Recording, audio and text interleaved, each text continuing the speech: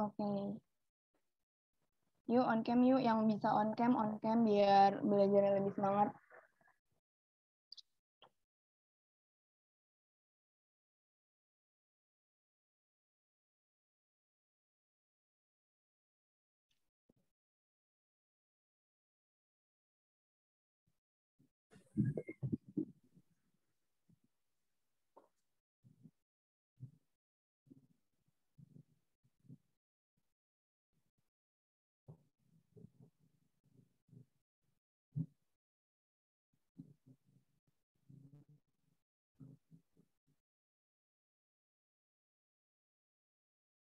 Bentar ya guys, aku masih disable sharing.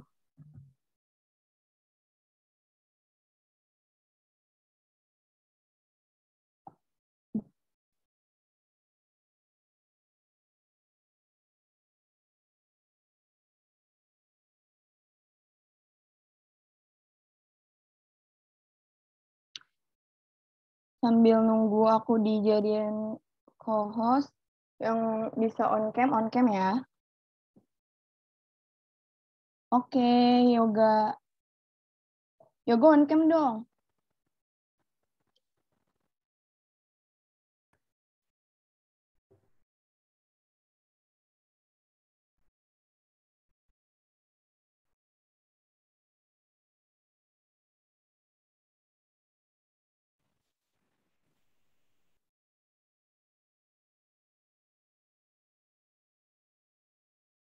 Oke teman-teman, jadi program Jago Belajar kali ini tentu didukung oleh banyak pihak.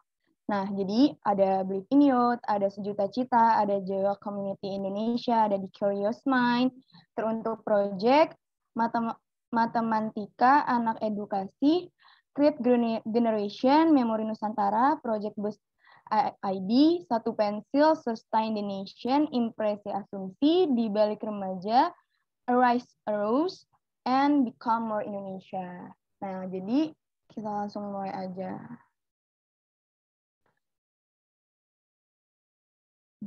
Apakah udah kelihatan share screen aku?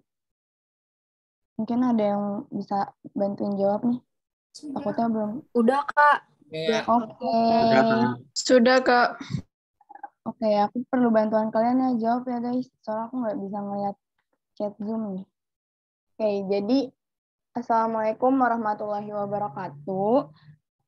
Jadi buat yang... Makasih udah jawab.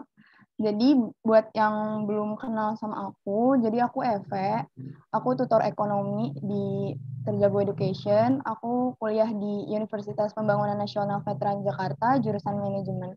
Aku angkatan 2021, jadi aku kemarin lolos di UTBK.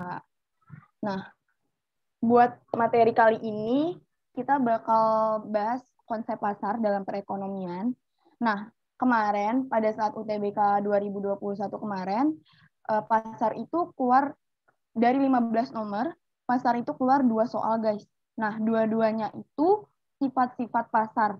Jadi, aku pengen banget nekenin kalian di sini buat belajar banget nih pasar, especially di sifat-sifat pasarnya.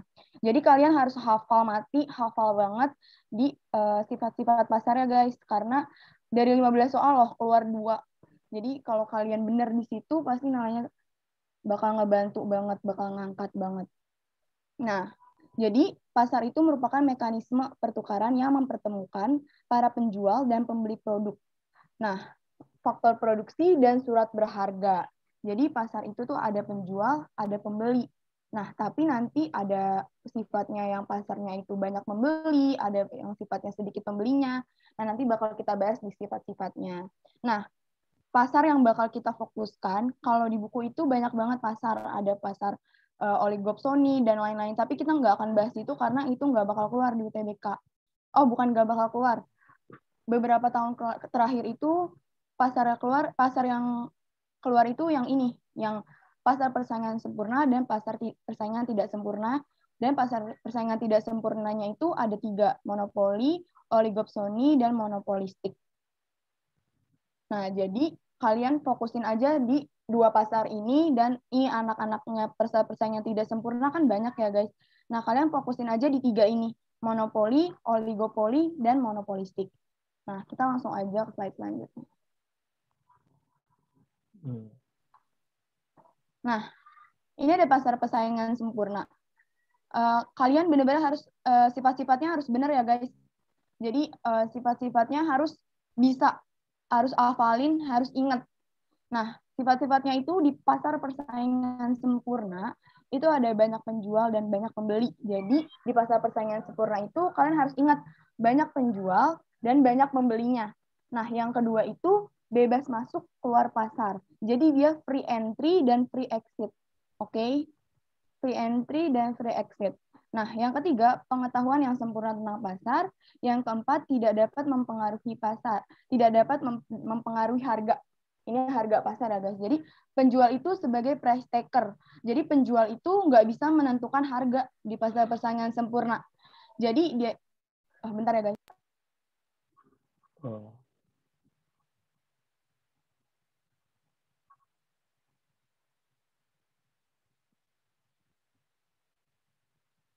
Maaf tadi ada distract sedikit. Suara aku udah kedengeran lagi belum ya? Udah, Kak. Udah, Kak. Tadi kita tidak dapat mempengaruhi harga pasar ya guys. Jadi kalian harus ingat di pasar persaingan sempurna ini penjual sebagai price taker atau penerima harga. Jadi apa sih yang mempengaruhi harga pasar? Yaitu demand and supply-nya. Jadi dipengaruhi oleh demand and supply. Jadi penjual itu di pasar persaingan sempurna tidak dapat mempengaruhi harga. Nah, yang selanjutnya itu barangnya itu homogen. Jadi barangnya itu satu dan homogen. Nah, jadi barangnya itu nggak banyak ya guys, yang dijual itu nggak terdiferensiasi. Jadi yang penting itu kalian harus ingat barangnya itu homogen. Nah, ini ada kurvanya. Nah, kurvanya itu penting banget nih. Jadi selain kalian harus ingat sifat-sifatnya, kalian juga harus ingat kurvanya. Karena waktu itu pas aku TBK itu keluar kurvanya pasar persaingan sempurna, sifat-sifatnya, dan kurvanya itu termasuk di dalam opsinya itu. Jadi misalnya pertanyaannya kayak gini, kayak yang termasuk ciri-ciri pasar persaingan sempurna kecuali. Jadi kan kalian harus tahu dong semua dari sifat-sifatnya termasuk kurvanya. Nah, jadi di pasar persaingan sempurna itu kurvanya ada dua. Kurva permintaan perusahaan dan kurva permintaan industri atau pasar. Jadi kayak gini guys. Di kurva permintaan perusahaan itu, kurvanya itu elastis sempurna. Kalian udah belajar belum elastisitas kemarin? Kemarin udah belajar elastisitas kan ya sama Kak Malvin kalau nggak salah. Nah, Iya, benar, Kak. Oke. Nah, jadi di bentuk kurva elastis itu ada banyak. Nah, termasuk elastis sempurna ini. Kalau elastis sempurna ini bentuknya horizontal. Nah, apa sih maksud dari kurva permintaan yang horizontal di pasar persaingan sempurna? Itu D sama dengan P, sama dengan AR, sama dengan MR. D itu apa sih, Kak? D itu adalah demand. Di mana demand itu sama dengan price. Price itu sama dengan average revenue, sama dengan marginal revenue. AR itu apa sih, Kak? Nanti kalau AR dan MR ini bakal kalian pelajari di bab produksi. Tapi AR itu average revenue, itu penerimaan rata-rata. Kalau marginal revenue itu penerimaan marginal. Nah, nanti ini kalian bakal pelajari di subbab produksi. Nanti ada juga kok di sesi terjago, jadi kalian jangan sampai kelewatan nih di bagian produksi. Tapi yang sekarang kalian perlu ingat, itu kurvanya horizontal, D sama dengan P, sama dengan average revenue, sama dengan marginal revenue. Nah, ini kurva permintaan perusahaan, guys. Jadi, di dalam pasar persaingan sempurna itu, dia itu, ini pasar. Nah, pasar itu kan dibagi-bagi lagi menjadi perusahaan ya, guys. Nah, ini kurva penerimaan individu atau perusahaan.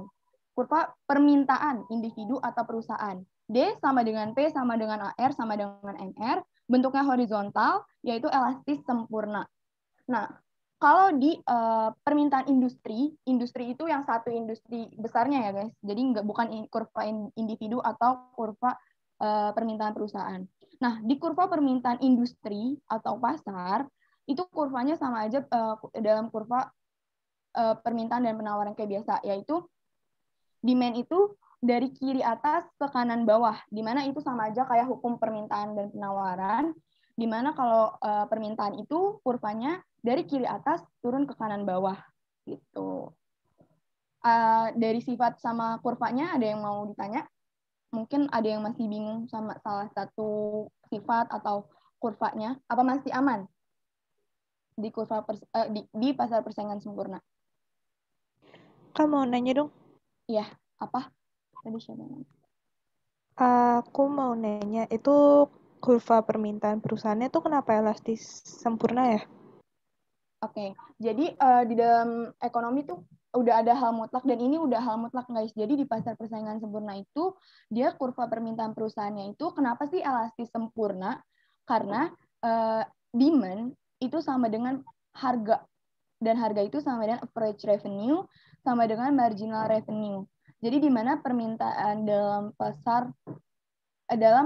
kurva permintaan perusahaan atau individu itu berbentuk horizontal atau elastis sempurna. Jadi dalam elastis kan banyak ya guys, ada elastis sempurna, ada inelastis sempurna, ada 5. Ada elastis, ada inelastis, elastis sempurna, inelastis sempurna, sama satu lagi itu elastis uniter. Di mana pasti kalian udah bahas di bab elastisitas sama Kamalvin kemarin. Nah, untuk di di kurva permintaan perusahaan sendiri, dia di mana kurva demand-nya itu yang tadi ada 5, dia itu masuknya di kurva elastis sempurna di mana bentuknya itu horizontal.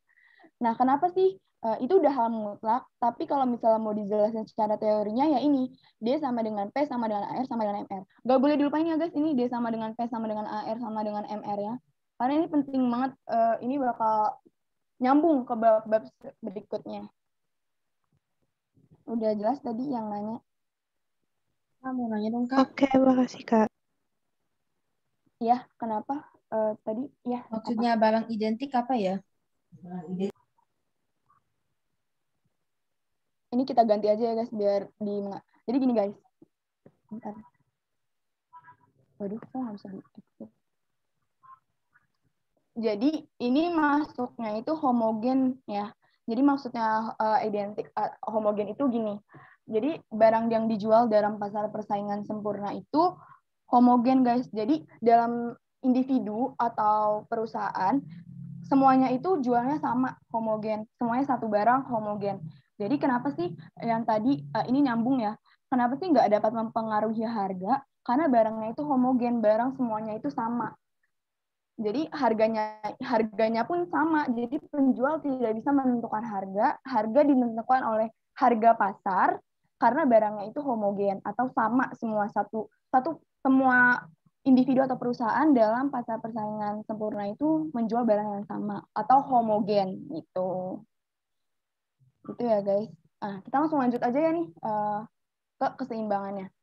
Nah, jadi dalam keseimbangan jangka pendek dan jangka panjang, ini harus diingat juga, dalam keseimbangan jangka pendek, pasar persaingan sempurna itu dapat mendapatkan laba maksimum atau supernormal.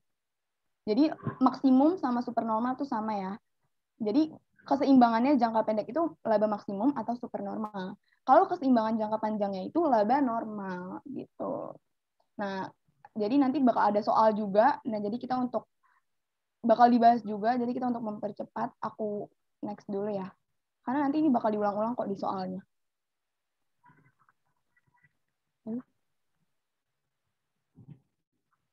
Aku pause dulu.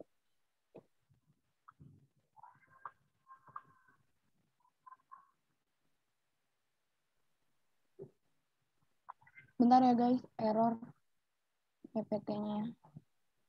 Oke.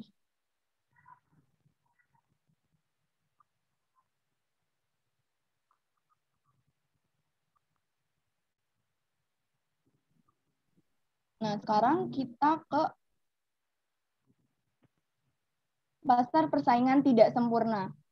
Nah, yang tadi aku jelasin, pasar dibagi dua, pasar persaingan sempurna dan pasar persaingan tidak sempurna. Kalau kalian udah baca modul terjago dan mungkin kalian punya buku referensi lain, kalian pasti udah tahu nih pasar itu emang dibagi dua di dalam ekonomi. Ada pasar persaingan sempurna dan pasar persaingan tidak sempurna. Nah, di mana pasar persaingan tidak sempurna itu banyak banget jenisnya. Nanti mungkin ini kalau kalian punya bukunya, buku-buku atau buku-buku penunjang UTBK gitu atau kelas 12, itu banyak banget jenis-jenis pasar persaingan tidak sempurna. Tapi untuk UTBK atau untuk ujian-ujian gitu, ini yang bakal kita fokusin. Monopoli, oligopoli, sama satu lagi monopolistik. Nah, langsung aja ke yang pertama, yaitu monopoli nih. Apa sih sifat-sifat dari pasar monopoli? Yaitu satu perusahaan, tapi banyak pembelinya. Gitu. Kenapa namanya monopoli? Karena satu perusahaan, tapi banyak pembelinya. Nah, yang kedua, penjual sebagai price maker atau penentu harga. Kalau tadi di pasar persaingan sempurna itu price taker, di pasar persaingan tidak sempurna yaitu pasar monopoli, dia itu price maker. Jadi dia bisa menentukan harga. Gitu bedanya. Nah, yang ketiga yaitu kurangnya produksi substitusi. Maksudnya apa sih guys? Produk substitusi itu. Jadi barang yang dijual dalam pasar monopoli itu nggak ada penggantinya. Jadi misalnya itu kayak minyak bumi atau kayak perusahaan Pertamina gitu, itu termasuk perusahaan dalam perusahaan monopoli. Nah, yang selanjutnya itu barrier to entry atau sulit untuk masuk pasar. Kalau misalnya tadi di pasar persaingan sempurna atau biasanya itu kita singkat dengan PPS, di PPS itu free entry and free exit, di mana bebas keluar masuk pasar. Di monopoli, karena dia penjualnya sebagai price maker, kurangnya produksi substitusi, dan satu perusahaan, dia itu barrier to entry, guys. Jadi dia tuh sulit untuk memasuki pasar. Nah ini kurvanya nih, kurva permintaan monopoli. Kalian bisa lihat ya, beda nih sama kurva permintaan tadi pas di pasar persaingan sempurna. Kalau di pasar monopoli, kurva demand-nya itu dia nggak horizontal, dia itu inelastis. Nah, kenapa inelastis? Karena dia itu bentuknya curam. Kalau misalnya kalian masuk kelas kemarin pas di elastis sama Kak Malvin, kalau misalnya Kak Malvin belum jelasin, atau aku nggak tahu ya kalau Malvin jelasin inelastis itu curam. Kalau inelastis itu curam guys, kurvanya. Bedanya curam tuh apa sih Kak? Curam itu gini nih, dia itu cenderung kurvanya itu curam nih. Dia sama dengan, mungkin kalau di sini nggak terlalu kelihatan bedanya curam sama landai. Kalau curam itu dia itu bentuknya itu lebih mengarah ke tegak. Jadi gimana ya? Dia itu curam tegak, nggak landai. Kalau landai itu dia lebih ke mengarah ke horizontal. Kalau misalnya curam itu dia lebih mengarah ke vertikal, di mana dia itu curam gitu. Nah, maksudnya apa sih Kak? D sama dengan P sama dengan AR lebih besar dari marginal revenue.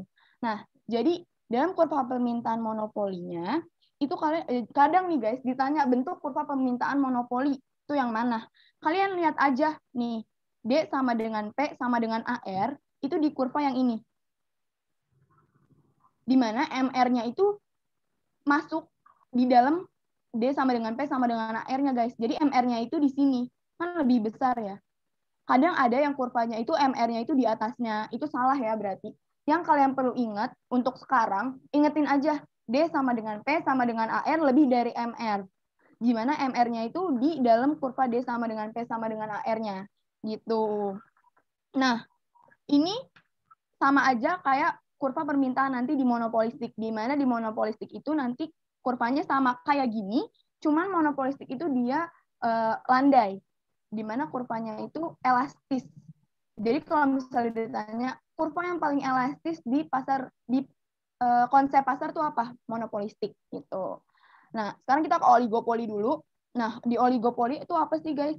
Terdapat beberapa penjual yang saling tergantung, mutual interferensi. Oh ya, oligopoli keluar pas aku UTBK kemarin. Itu salah satu nomornya itu oligopoli ditanyain sifat-sifatnya. Dimana itu aku nggak tahu sama sekali, bukan nggak tahu sama sekali. Bahasanya itu kayak gini, bahasanya itu mutual indifferensi gitu-gitu. Nah, jadi kalian harus paham banget istilah-istilahnya guys. Jadi tergantung itu istilahnya apa sih? Mutual indifferensi. Jadi aku pas UTBK aku nggak tahu saling ketergantungan itu istilahnya apa sih gitu. Karena di situ nggak keluar saling tergantung, di situ keluarnya mutual indifferensi. Tapi kalau misal kalian udah paham basicnya, kalian udah paham sifat-sifatnya, nanti kalian bakal bisa jawab. Jadi aku harap kalian untuk sekarang ngertiin aja dulu sifat-sifat masing-masing pasar dan bentuk kurvanya. Itu paling penting gitu. Nah, yang kedua, pasar itu sulit dimasuki karena perusahaan awal sudah membina loyalitas merek dagang para pemasok. Jadi gini guys, jadi dalam monopoli, poli itu, pokoknya pasar yang diakhiri dengan poli itu, dia itu barrier to entry, sulit untuk dimasuki. Jadi dia nggak free entry, nggak free exit, dia tuh sulit gitu. Ingat aja gitu, pokoknya kalau misal belakangnya poli, itu sulit untuk dimasuki atau barrier to entry. Nah, produknya itu homogen dan terdiferensiasi. Maksudnya apa sih? Kalau tadi kan di pasar persaingan sempurna itu produknya homogen aja ya. Kalau di oligopoli itu nggak boleh homogen. Dia itu produknya homogen dan terdiferensiasi. Maaf, bentar ya.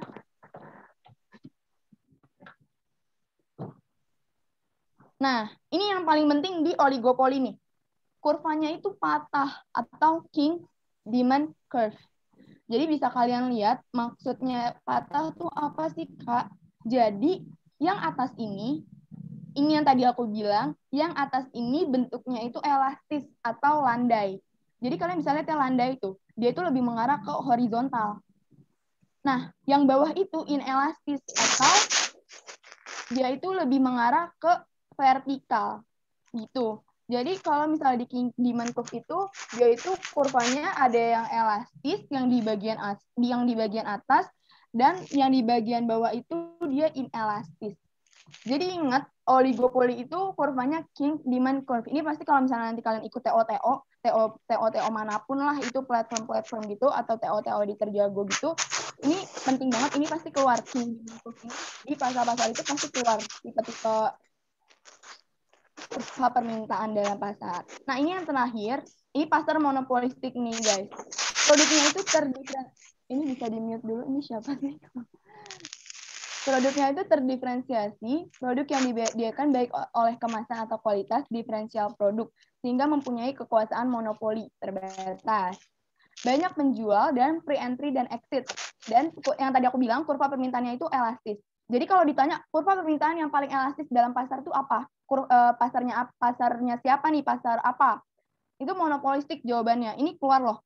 Ini benar-benar kalau misalnya kalian ngerjain soal wangsit, soal apapun, ini pasti ada pertanyaan kayak gini. Pasar yang kurva permintaannya itu paling elastis, itu jawabannya adalah monopolistik. Nah, terus kalau misalnya di monopolistik ini produknya terdiferensiasi. Kalian hafalin aja gini, kalau misalnya pasar persaingan sempurna, itu sifatnya itu produknya homogen. Oligopoli, homogen, dan terdiferensiasi. Dua. Kalau monopolistik, terdiferensiasi aja. Kalau monopoli, itu produknya itu unik. Unik itu maksudnya apa? Satu. Dia itu cuma satu produknya. Dan nggak dijual oleh pasar-pasar lain. Gitu.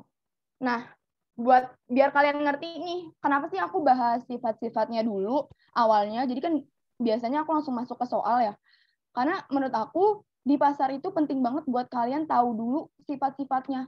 Karena emang yang keluar di pasar itu bukan hitung-hitungan, di pasar itu nggak ada hitung-hitungan. Yang di pasar itu keluarnya apa sih sifat-sifatnya, guys. Jadi produknya, terus free entry, free exit-nya, banyak penjual, banyak pembelinya, itu keluar gitu. Jadi banyak-banyakin ingat-ingat, apalagi ini masih lama UTBK, dan banyak-banyakin latihan soal, guys. Karena di sifat-sifat itu mostly kalau di pasar itu pasti yang ditanya sifat-sifatnya. Nah, ini aku langsung aja ke problem solving yang pertama. Kalian masih dengar suara aku kan ya? Masih, Kak? Masih, Kak. Oke, jadi ini yang tahu dan yang nggak tahu, bukan nggak tahu. Yang mau jawab, jawab aja nih. Atau kalau bisa jawab semuanya. Coba aja nih, jawab ya. Ciri pasar persaingan sempurna adalah kecuali. Nah, kalau ditanya kecuali kayak gini, of course kalian harus hafal semua dong. Jadi nggak bisa hafal satu aja, emang harus hafal semuanya, ngerti semuanya. Nah, bisa dibaca dulu 1 menit.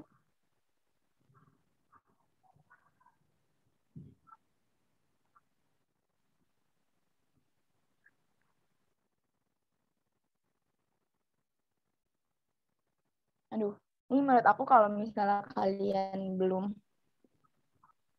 hafal banget tentang sifatnya pasti susah nih. Karena bahasanya rumit.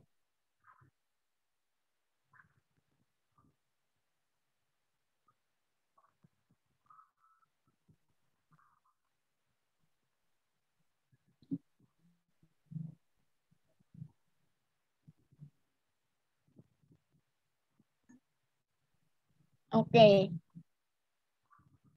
Ada yang mau jawab? C. Apa? C. C bukan, Kak. C, Kak. Jumlah output setiap perusahaan secara individu relatif besar dibanding jumlah output seluruh perusahaan dalam industri. Oke. Langsung aja ya ke pembahasannya. Nah, dari yang A kali ya kita bahas. Aduh, nggak kelihatan lagi aku. Nah, jumlah perusahaan sangat banyak dan kemampuan setiap perusahaan dianggap demikian kecilnya. Jadi gini maksudnya gini. Jumlah perusahaan itu sangat banyak. Banyak nih perusahaannya. Dan kemampuan setiap perusahaan dianggap sedemikian kecilnya sehingga tidak dapat mempengaruhi harga. Menurut kalian ini benar apa salah nih? Sifat yang pertama, yang A. Benar. Benar. Benar. Oke, benar nih. Benar. Jadi D sama dengan P sama dengan AR sama dengan MR. Jadi jumlah perusahaan itu sangat banyak guys di pasar persaingan sempurna.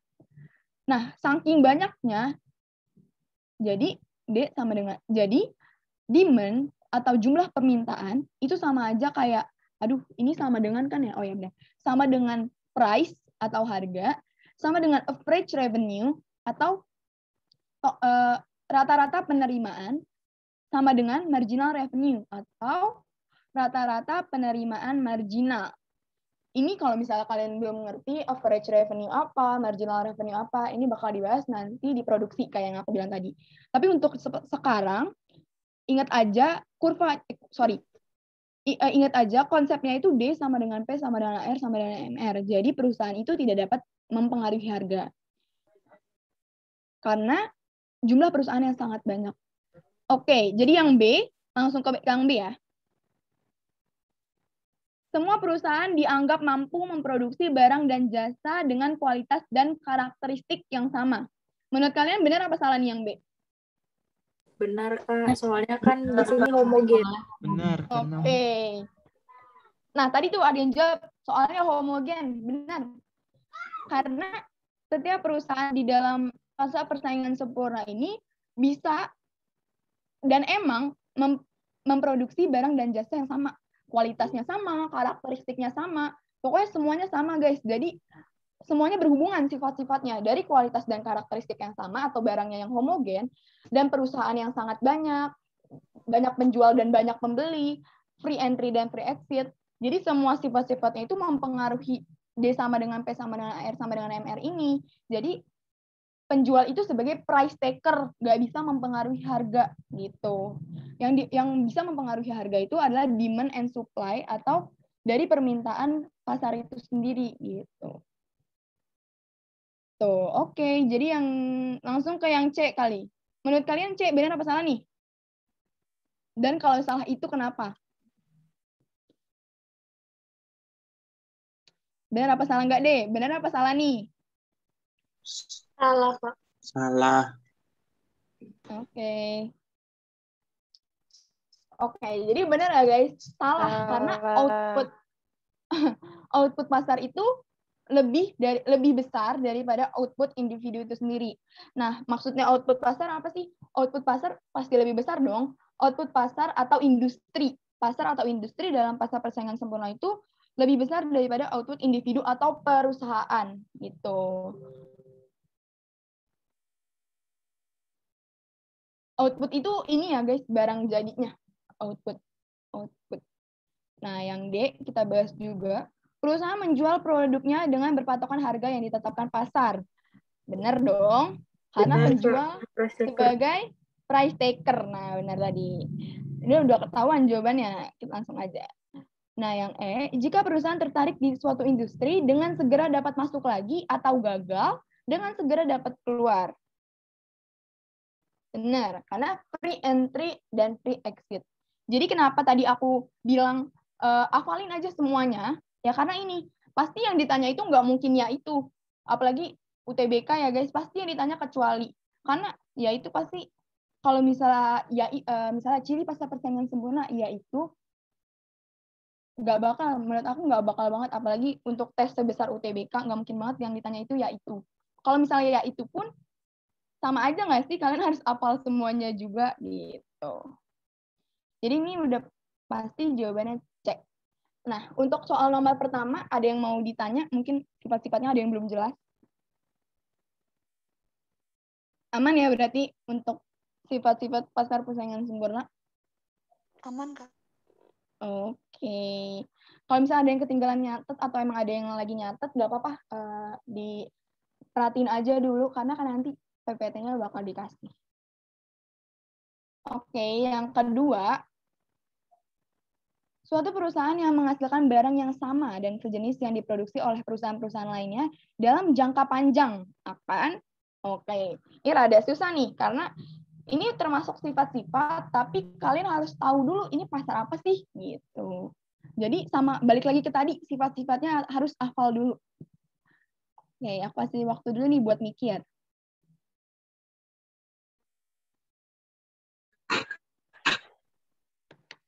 Oke, ini pasti belum pada connect nih. Atau ada yang bisa jawab ini nomor 2? C bukan. C. Kak. Hanya memperoleh laba normal. D. Oke. D. Oh, ada yang jawab D nih, memperoleh laba minimum. Ada yang jawab E ya tadi? Memperoleh laba supernormal bila berproduksi MR sama dengan MC. MR sama dengan MC itu marginal revenue sama dengan marginal cost. Jadi Yang D. Yang D, ada, berarti yang nggak ada yang jawab A nih, menderita rugi karena merupakan perusahaan kecil.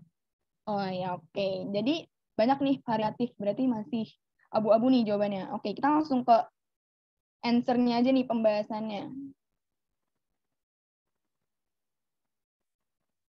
Aku nggak bisa lihat nih. Oke, jadi kayak yang aku bilang tadi, kalau ada soal kayak gini, kalian kan nggak tahu ya ini pasar apa. Sedangkan keseimbangan jangka pendek dan jangka panjang itu bisa kita tentuin kalau misalnya kita tahu dulu ini jenis pasar apa sih, gitu. Nah, kalian harus ini highlight dulu apa sih yang bisa kita ambil dari soal, clue-nya apa sih? Menghasilkan barang yang sama dan sejenis. Sama dan sejenis. Itu apa tuh? Pasar apa tuh? Oke. Menghasilkan barang yang sama atau homogen. Benar, ini pasar persaingan sempurna. Nah, ini ciri pasar persaingan sempurna. Keseimbangan dalam pasar persaingan sempurna. Ini aku remind lagi, tadi udah kita bahas di awal. Jangka pendek, laba supernormal atau maksimum, atau bila rugi hanya minimum. Jadi, di dalam pasar, semua pasar, ini semua pasar ya guys, jadi keseimbangan, ini nggak pasar persaingan sempurna aja, tapi di semua pasar, dalam jangka pendek itu labanya supernormal atau maksimum, atau bila rugi hanya minimum. Termasuk pasar monopoli, oligopoli, dan monopolistik. Keseimbangannya sama semuanya.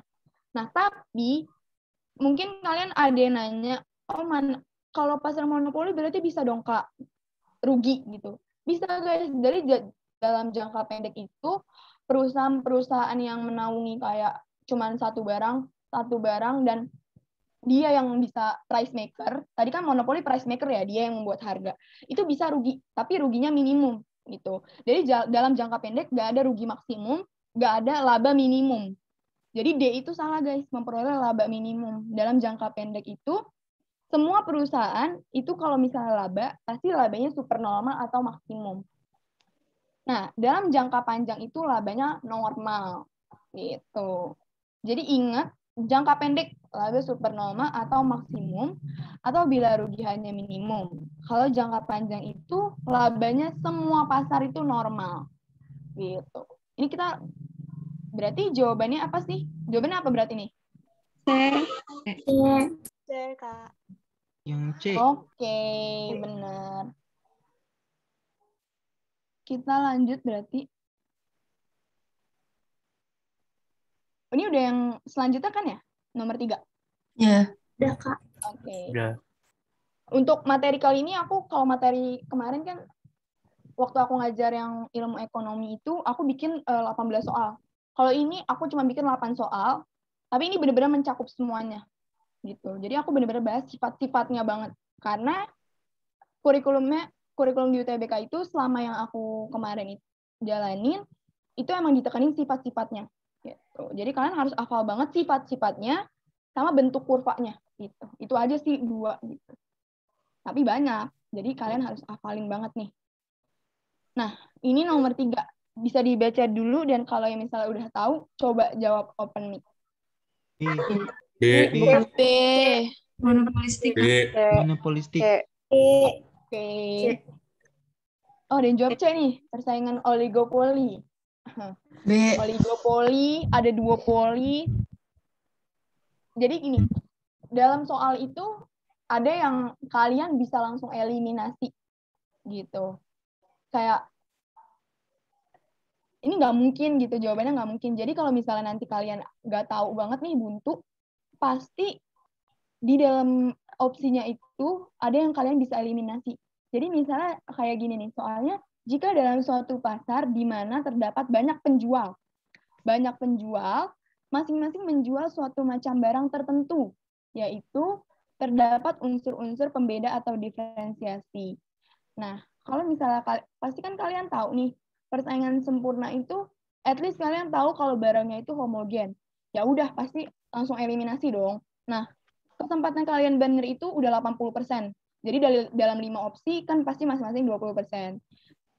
Kalau misalnya kalian nggak tahu banget nih, jadi semakin banyak kalian eliminasi, semakin banyak peluang kalian untuk benar gitu. Jadi kalau misalnya nggak tahu banget, jangan asal gitu. Kalau bisa eliminasi aja gitu kan lebih banyak peluang untuk benernya.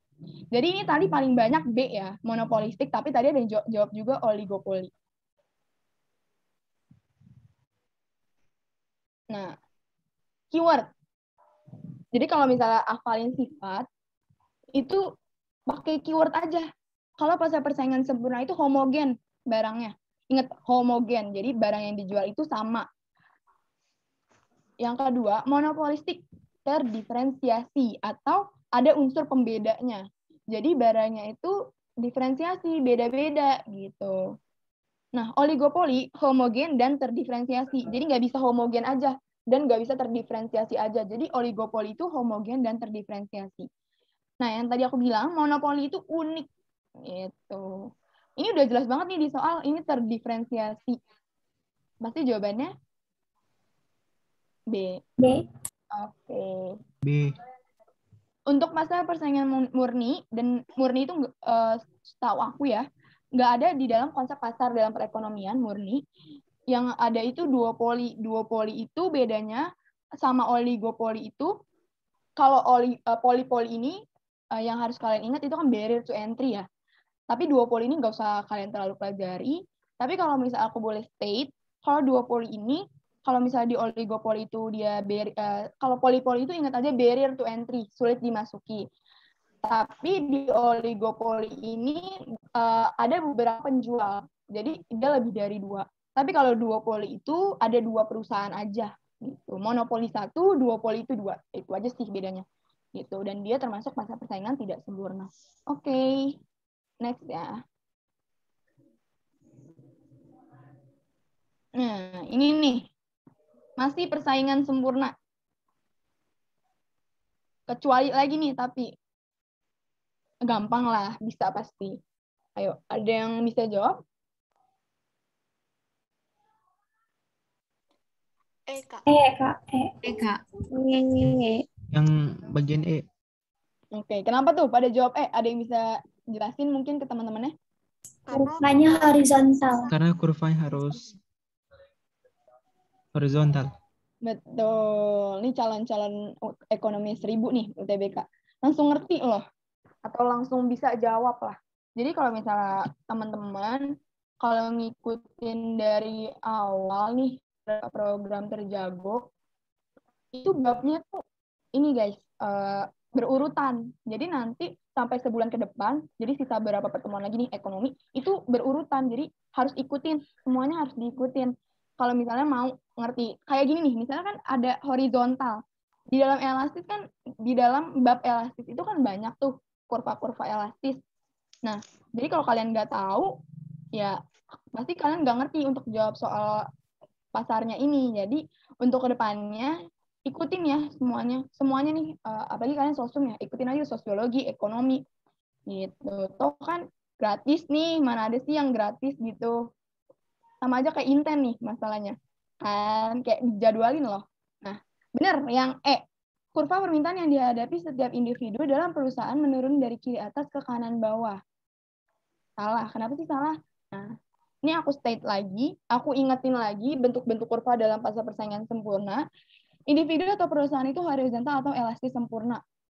Ingat tuh, elastis sempurna ya, bukan inelastis sempurna. Bentuk inelastis sempurna itu tegak, vertikal.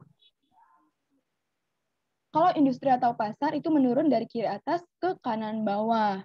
Jadi harusnya kalau misalnya ini mau benar, harusnya kalimatnya kurva permintaan yang dihadapi setiap industri atau perusahaan dalam perusahaan itu menurun dari kiri atas ke kanan bawah. Jadi ini bukan kurva individu, harusnya ini kurva industri atau pasar gitu. Ada yang mau nanya? Mungkin masih ada yang belum ngerti nih tentang ciri-ciri pasar persaingan sempurna. Ini jawabannya. Nah, ini nih ya. Ngerti, Kak. Oke. Ini kita tinggal dikit nih soalnya. Oke, berarti pasar persaingan sempurna aman ya? Aman. Oke. Ini udah nomor berapa nih? Ada yang kelihatan mungkin? 5. Nomor Oke. 5. Tinggal dikit nih soalnya. Pasti kalau misalnya kayak gini harusnya udah pada ngerti dong.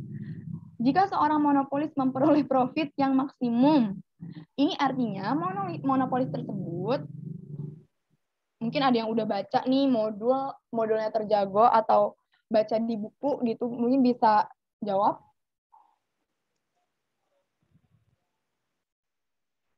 Ini yang ditanya itu keuntungan atau profit yang maksimum. Artinya apa sih? Gitu. Ini rada susah nih kalau misalnya kalian masih nol tentang pasar. Oke, ada yang bisa jawab? E. Aduh, ada yang jawab tuh. Oke. Udah ada yang berani jawab, berarti udah ada yang ngerti atau udah sedikit-sedikit udah tahu nih teorinya. Oke. Jadi pertanyaannya mungkin gini ya. Jika seorang monopolis itu perusahaan monopoli, bukan monopolistik ya, monopoli, memperoleh profit yang maksimum. Ini artinya monopolis tersebut. Nah, ini kita masuk kepada subbab keuntungan maksimum di dalam pasar. Jadi,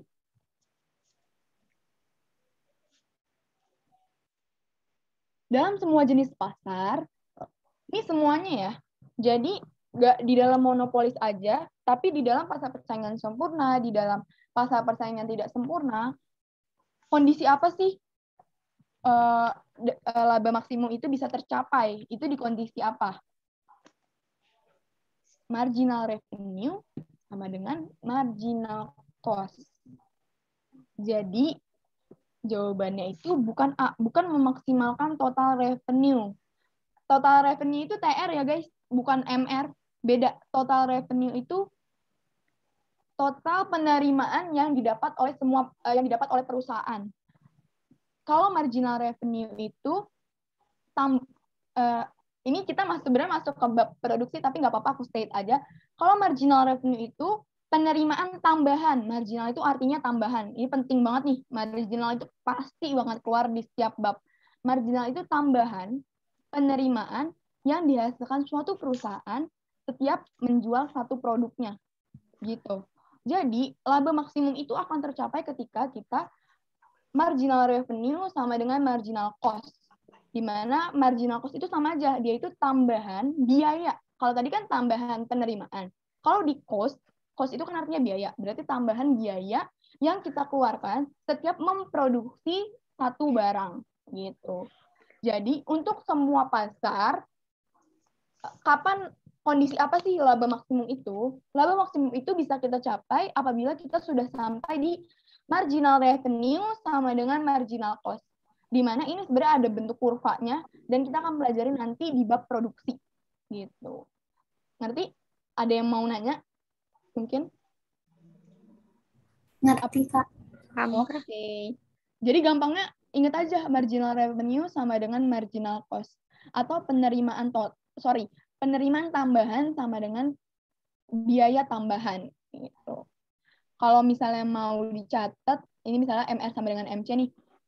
Kalau bisa nanti abis kita kelas catat lagi MR tuh apa sih, MC tuh apa sih? Karena aku dulu gitu, kalau misalnya ada yang nggak ngerti, cari aja di Google. Pasti ngerti nanti. Dan emang mungkin kalau ini kita belum terlalu banyak, karena ini masih di pasar, belum di bab produksi. Gitu. Marginal revenue sama dengan marginal cost. Jadi jawabannya, oke. Jadi bukan memaksimalkan total revenue atau total penerimaan ya guys. Itu nanti nyambungnya ke laba atau rugi. Jadi total revenue dikurang total cost. Itu masuknya ke laba atau rugi nanti. Ada yang mau nanya mungkin? Aman ya berarti? Masih aman? Aman. Oke. Ingat ya guys, ini buat semua pasar. Jadi kalau misalnya ditanya kondisi laba maksimum, itu jawabannya marginal revenue sama dengan marginal cost. Buat semua pasar. Oke, lanjut ya. Kak, mau nanya boleh? Oh ya, mau nanya apa? Ya, berarti MR sama dengan MC itu bukan di monopolis doang? Iya, jadi misalnya ditanya laba maksimum dalam pasar persaingan sempurna dicapai ketika kondisi titik-titik itu marginal revenue sama dengan marginal cost. Kalau ini kan menyamakan ya, sama aja kan bahasanya. Atau kayak misalnya memaksimumkan. Misalnya di sini memaksimumkan marginal cost dan marginal revenue. Salah ya. Jadi menyamakan marginal cost dengan marginal revenue gitu. Menurunkan biaya iklan nggak ada, menurunkan biaya rata-rata itu atau menurunkan AC, average cost itu bukan kondisinya. Menetapkan harga sama dengan, berarti P sama dengan average cost itu nggak ada, P sama dengan AC itu nggak ada di konsep pasar dalam perekonomian. Jadi yang ada itu MR sama dengan MC. Oke. Makasih, ada yang Kak. mau nanya lagi? Iya. Oke, berarti aman ya? Kita bisa lanjut ya berarti. Oke. Ini ada panjang nih. Pernyataan yang sesuai dengan pasar monopoli dan oligopoli. Nah, ini keluar nih oligopoli di nomor 5 ya, apa 6. Yuk dibaca dulu nih, aku kasih waktu 2 menit buat baca. Ini rada panjang soalnya.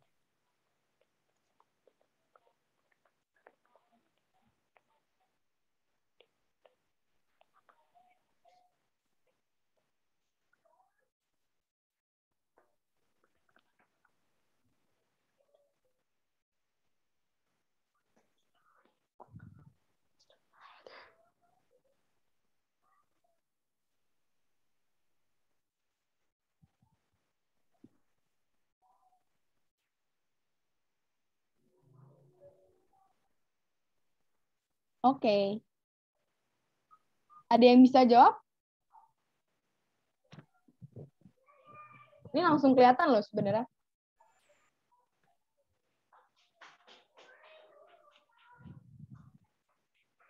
Yang D.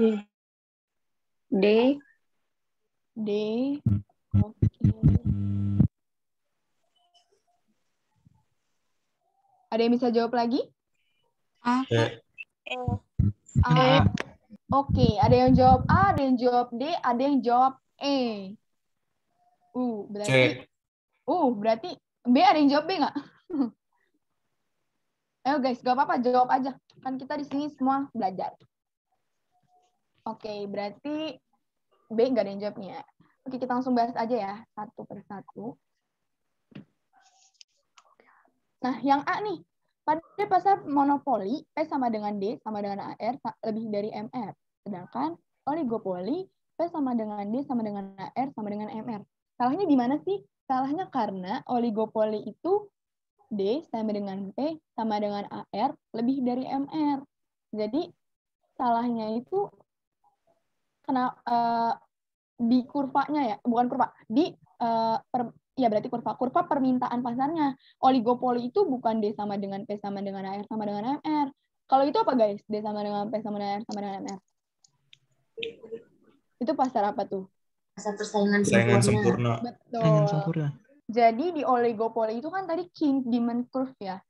Nah, jadi kalian ingat aja nih, semua pasar kecuali pasar persaingan sempurna itu kurvanya itu D sama dengan P sama dengan AR lebih dari MR, atau demand sama dengan price sama dengan average revenue lebih dari marginal revenue. Jadi nanti bentuk kurvanya yang tadi udah aku kasih tahu, D sama dengan P sama dengan AR itu ada di atas garisnya marginal revenue gitu. Jadi nanti kalau misal ditanya kurvanya, bentuknya langsung, kalian udah bisa nih D sama dengan P sama dengan AR lebih dari MR. Oke, yang B, dalam jangka pendek, pasar monopoli tidak dapat menderita rugi. Sedangkan oligopoli dapat menderita rugi karena pemborosan biaya. Salah, karena monopoli itu dapat menderita rugi, tapi ruginya itu rugi minimum. Jadi semua pasar nih, nggak monopoli aja, dalam jangka pendek itu dapat menderita rugi minimum. Jadi walaupun monopoli itu dia price maker atau pembuat harga, walaupun dia yang buat harga, dia bisa menderita rugi dalam jangka pendek. Tapi ruginya itu rugi minimum gitu. Nah, jadi salahnya itu di B yang ini, tidak dapat menderita rugi. Itu salah. Nah, yang C, pada pasar monopoli, kurva permintaan individu adalah juga kurva permintaan pasar. Dan pada pasar oligopoli, permintaan pasarnya itu lurus horizontal. Tadi ada yang jawab C nih, menurut kalian C salah apa benar? Salahnya di mana? Kalau salah di mana? Kalau benar ya berarti benar kan? Kalau salah di mana nih? Kalau yang jawab salah tadi. Salah. Kenapa tuh? Soalnya oligopoli itu king curve. Oke, benar ya guys. Di oligopoli itu kurvanya itu king demand curve. Apa sih maksudnya? Yang tadi aku bilang, kurvanya itu bentuknya patah. Jadi bukan horizontal atau elastis sempurna, tapi kurvanya itu king demand curve atau dia itu kombinasi. Jadi kan bentuknya tadi udah lihat nih. Jadi kalau misalnya ditanya king demand curve tuh apa sih? Itu patah. Yang atas dia elastis, yang bawah dia inelastis. Bedanya apa sih, Kak? Elastis itu kurvanya landai, sedangkan inelastis itu bentuknya curam. Gitu. Nah, yang D, berarti yang D benar nih. Jadi, jawabannya itu D ya. Pada pasar monopoli dan oligopoli, keuntungan maksimal itu P lebih dari MR sama dengan MC. Kita yang E dulu nih. Yang E dulu nih. Kenapa sih yang E itu salah? Karena pada pasar monopoli, barang yang diperdagangkan homogen dan terdiferensiasi. Menurut kalian benar apa salah nih monopoli? Salah, karena monopoli homogen. Tidak terdiferensiasi. Jadi, gini, dalam pasar monopoli itu barangnya itu bukan homogen ya guys. Bukan homogen. Yang homogen itu pasar persaingan sempurna. Kalau misalnya di monopoli itu dia barangnya unik, hanya satu, dan perusahaannya pun satu, mono. Jadi jadi jangan ketukar. Kalau monopoli itu bukan homogen. Kalau homogen itu barangnya sama. Barangnya sama nih, misalnya jual handphone ya handphone semua gitu. Tapi di monopoli itu karena dia cuma satu penjual dan karena dia itu price maker, barangnya itu tidak ada substitusi, barangnya itu nggak bisa digantikan. Karena dia cuma satu perusahaan, yang punya barangnya ya cuma satu perusahaan itu aja. Nah, berarti apa sih barangnya itu unik, bukan homogen, apalagi terdiferensiasi. Homogen dan terdiferensiasi itu homogen dan terdiferensiasi itu ya oligopoli. Kalau homogen aja dia PPS atau pasar persaingan sempurna, kalau terdiferensiasi aja dia monopolistik gitu.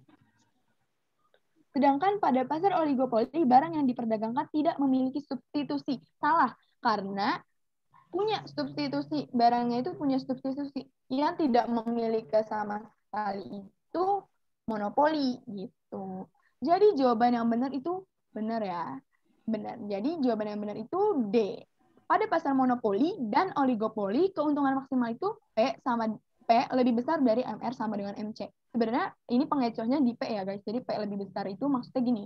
Jadi kan tadi udah dipelajari tuh D sama dengan P sama dengan AR lebih dari MR lebih dari MR.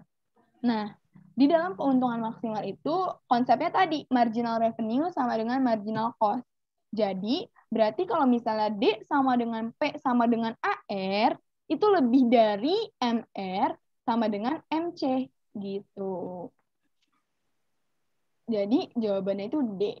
Ada yang mau ditanya dari sifat oligopoli dan monopoli? Mungkin masih belum mengerti nih salah satu sifatnya atau kurva-kurvanya, terus keseimbangannya dalam jangka pendek atau jangka panjang. Ada yang mau ditanyain?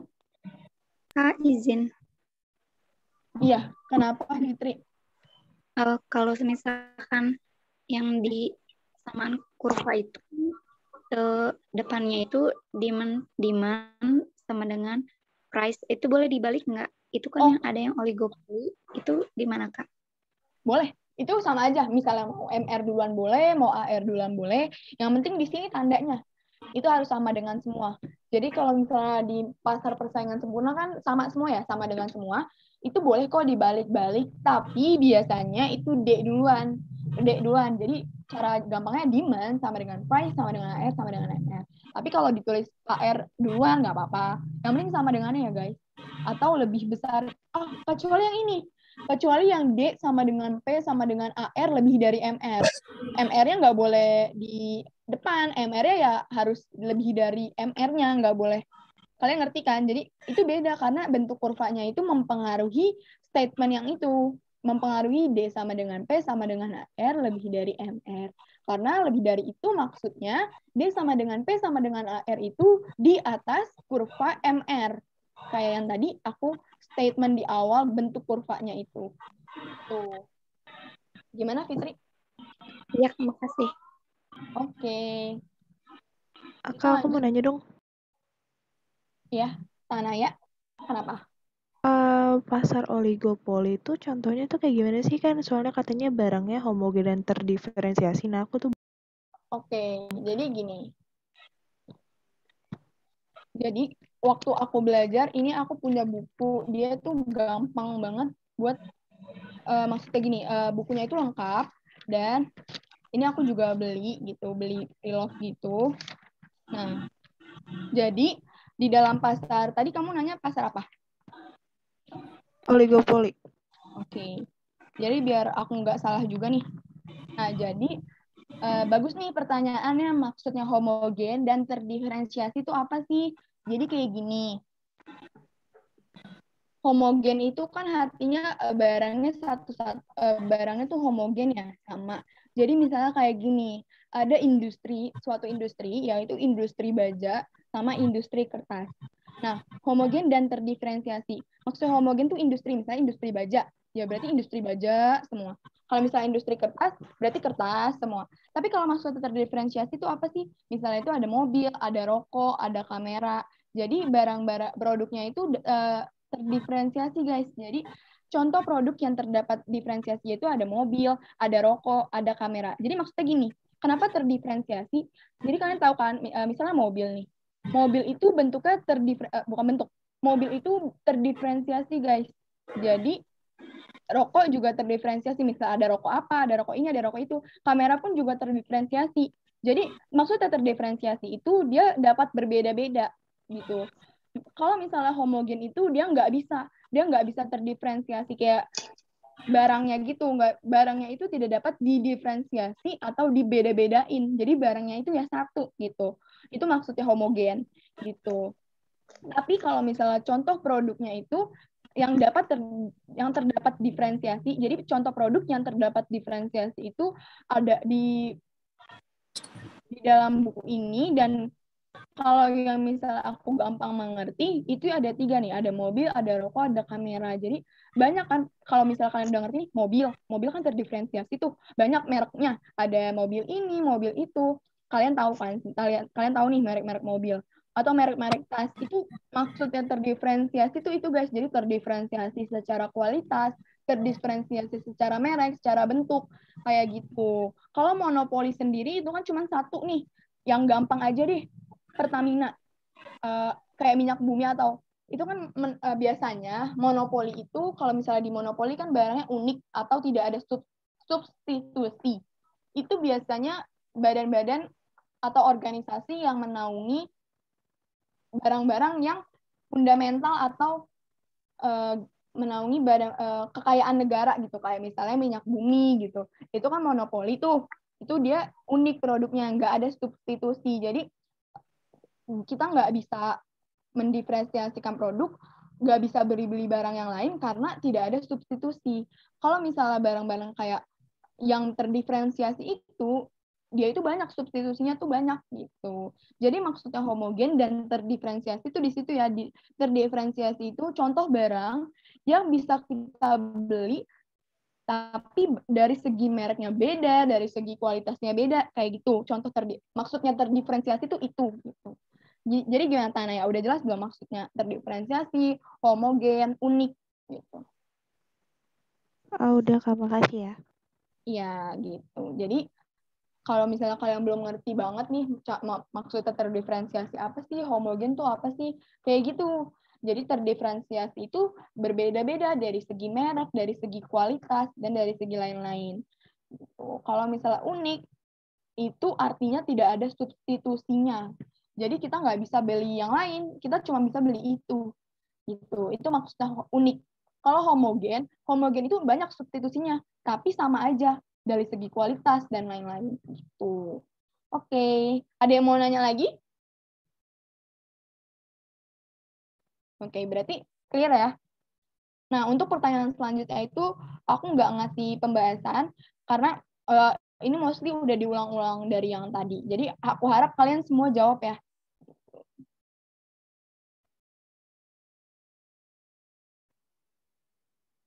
Nah, oke, bisa dibaca dulu.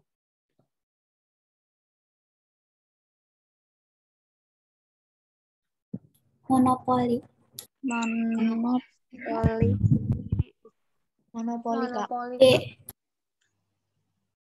Monopoli. Monopolistik, Kak. Persaingan sempurna, Kak. Persaingan sempurna, Kak. Masih beda-beda nih. Ayo, coba dibaca lagi, ulang. Baca ulang yuk. Monopolistik, Kak. Monopolistik. Tadi yang jawab monopoli, kenapa tuh monopoli? Yang jawab persaingan sempurna kenapa? Yang jawab monopolistik kenapa?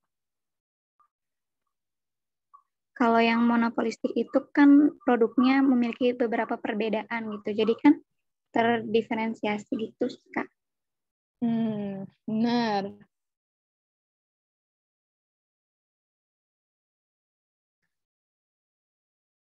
Oke. Ini kan ada beberapa sifat ya. Jadi gini sifatnya. Pasar yang dikuasai oleh banyak penjual. Harusnya monopoli nggak ada, guys. Jadi kalian udah bisa langsung eliminasi monopoli, apalagi monopsoni ya. Monopoli dan monopsoni itu satu, intinya satu. Nggak ada berarti ya. Berarti D sama E itu udah bisa kita eliminasi. Jadi kesempatan kita untuk benar udah nambah nih, 60%. Ada 3 jawaban yang mesti kita review lagi. Namun, menawarkan produk yang sejenis. Produknya itu homogen. Namun, produk tersebut memiliki beberapa perbedaan ciri khusus yang disebut pasar. Oke, jadi kalau aku udah kayak gitu, mungkin kalian bisa jawab sama nih, semua seragam. Apa jawabannya? Oligopoli. Oke, kita langsung nih jawab. Jawabannya itu B. Jadi kayak gini. Sorry.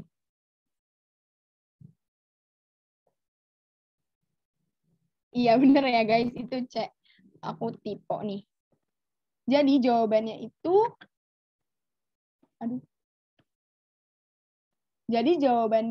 oligopoli. Kenapa sih oligopoli? Karena seperti yang aku bilang tadi, barang di oligopoli itu homogen dan terdiferensiasi. Jadi, kalau misalnya di sini kalian jawabnya monopolistik, itu nggak bisa. Karena di monopolistik itu dia tidak menawarkan barang yang sejenis atau homogen. Di monopolistik itu dia menawarkan barang yang terdiferensiasi aja. Jadi nggak ada nih kata-kata produk yang sejenis gitu. Nah, kalau kalian jawab tadi ada yang jawab A, persaingan sempurna, dia nggak ada kata-kata perbedaan ciri khusus. Barangnya itu homogen aja, nggak ada terdiferensiasi gitu. Ada ngerti? Mungkin ada yang masih bingung? Ngerti, Kak? Ngerti, Kak. Iya, paham, Kak. Oke. Ini aku masuk ke soal terakhir. Dan nanti habis soal terakhir, kalau misalnya mau nanya-nanya soal-soal ini, pasar, yang lain mungkin dari yang tadi materi yang aku belum ada, itu boleh ya? Iya, baik. Masih ada waktu. Iya. Pasar yang aktif ya nih si Harpan Saputra. Oke, ini nomor terakhir nih. Pasar yang memiliki faktor penghambat atau barrier to entry paling tinggi. Aduh, harusnya kalian tahu nih. Bisa langsung jawab. Monopoli, Kak. Monopoli. Oke. Benar. Ini jawabannya. Kok aku salah lagi ya? Ini A, guys. Benar-benar A. Maaf ya, guys. Ini kesalahan aku. Jadi ini benar kok monopoli. Kalau misalnya oligopsony, itu maksudnya itu sama aja kayak oligopoli kok. Dia bedanya Sony itu kalian nggak usah pikirin. Dan ini pun nggak ada di, bukan nggak ada. Ini pun nggak masuk ke kurikulum UTBK. Jadi yang masuk ke kurikulum UTBK sejauh ini yang aku tahu ya, sejauh ini itu aja yang harus kalian hafalin. Pasar persaingan sempurna dan pasar persaingan tidak sempurna itu 3. Monopoli, oligopoli, dan monopolistik. Tadi ini benar jawabannya A. Mungkin aku salah karena ini aku soalnya ada yang ngambil dari buku-buku source UTBK gitu, dan mungkin di situ jawabannya E. Karena kan ini aku ganti-ganti ya opsinya gitu. Jadi ini benar jawabannya itu A, monopoli. Nah, untuk pasar persaingan monopolistik, dia itu nggak barrier to entry, dia itu free entry dan free exit. Jadi yang free entry dan free exit, bebas keluar masuk pasar itu ada 2. Pasar persaingan sempurna dan pasar persaingan monopolistik. Dan barrier to entry itu juga ada 2, itu oligopoli dan monopoli. Di mana monopoli itu punya barrier to entry paling tinggi karena ya itu tadi, dia itu penjualnya cuma 1 dan barangnya itu nggak ada substitusi, barangnya itu cuman dia yang jualan, penjual ini doang kan satu penjual ya, cuman dia yang punya barang itu, jadi nggak ada substitusi sama sekali. Jadi itu kenapa pasar monopoli itu disebut dengan pasar yang mempunyai barrier to entry yang paling tinggi. Apalagi persaingan sempurna itu free entry dan free exit, jadi bebas keluar masuk pasar. Oke, jadi kayak kita udah selesai nih. Nah, udah. Ada yang mau nanya mungkin dari semua 8 soal dan dari yang tadi aku jelasin sifat-sifatnya. Ya, jadi ini ya, ini aja pasar yang harus kalian fokusin, sifat-sifatnya, kurva-kurvanya, keseimbangan jangka pendek dan jangka panjangnya. Itu aja mungkin dari konsep pasar dalam perekonomian. Oke, ada yang mau ditanya?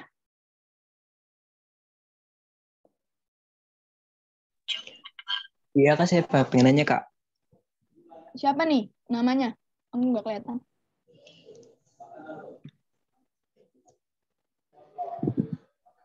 Harfan ya?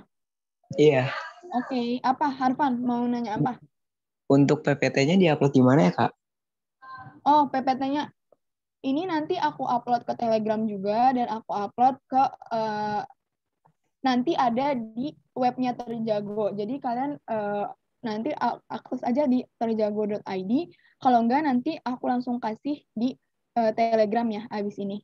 Iya, baik. Kamu udah masuk grup Telegramnya kan? Iya, udah. Oke. Ya, Ini Harpan bentar, kelas berapa? saya Kelas baru masuk SMA.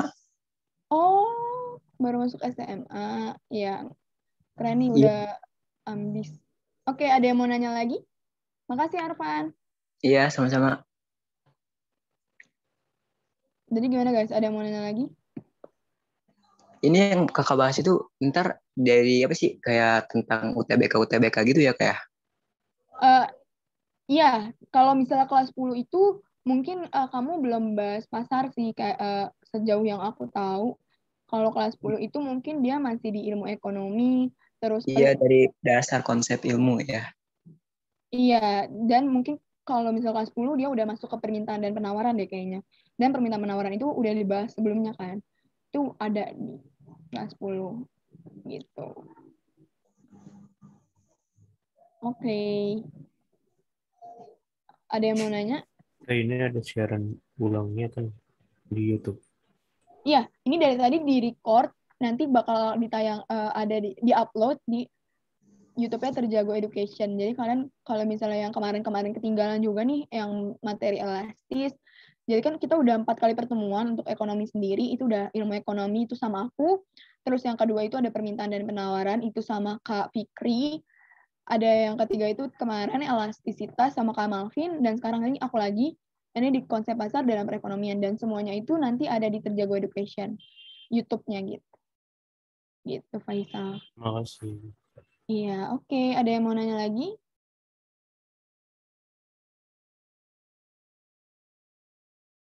Oke, berarti apa udah?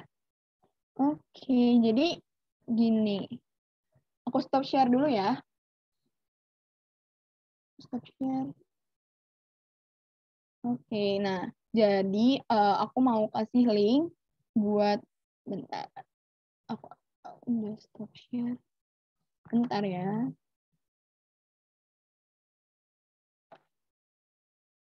Jadi ini link kayak buat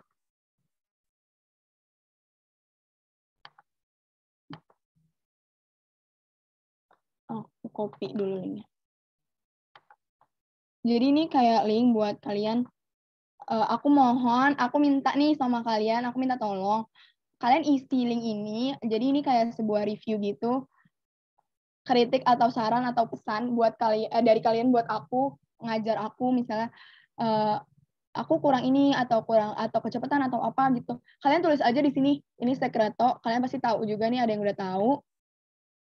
Ini tolong diisi, ini nggak nyampe 5 detik kok, isi aja gitu. Jadi nanti biar aku bisa tingkatin juga kualitas ngajar dari aku.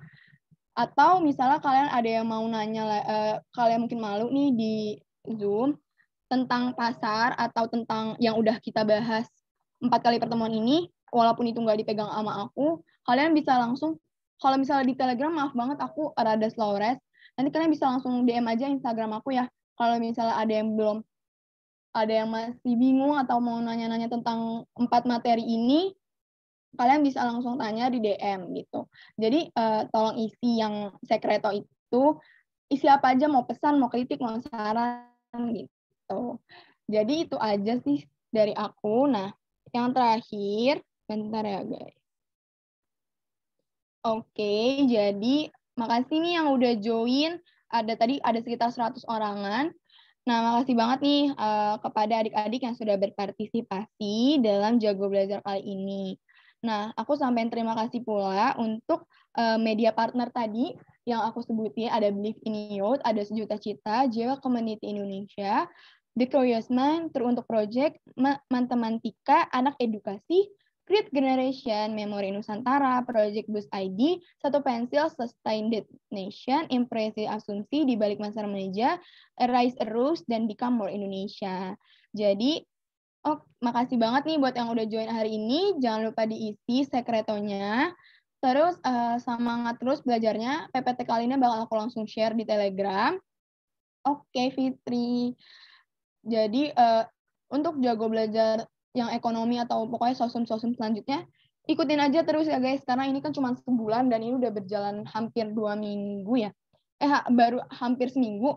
Jadi ikutin terus ya kelas-kelasnya guys gitu. Jadi ikutin aja semuanya biar materinya itu gak ketinggalan karena kita terus nyambung nih materinya.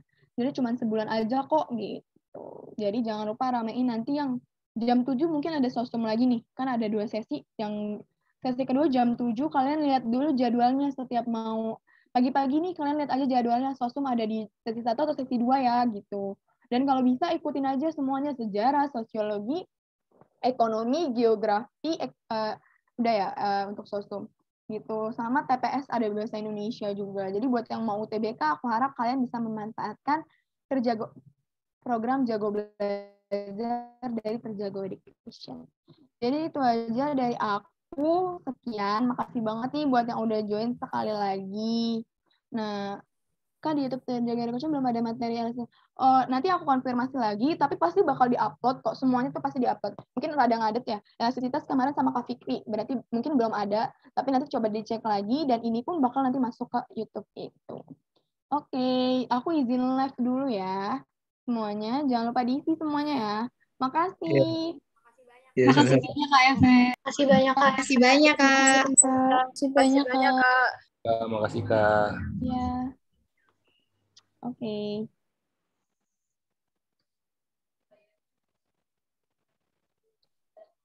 Astagfirullah. Apa?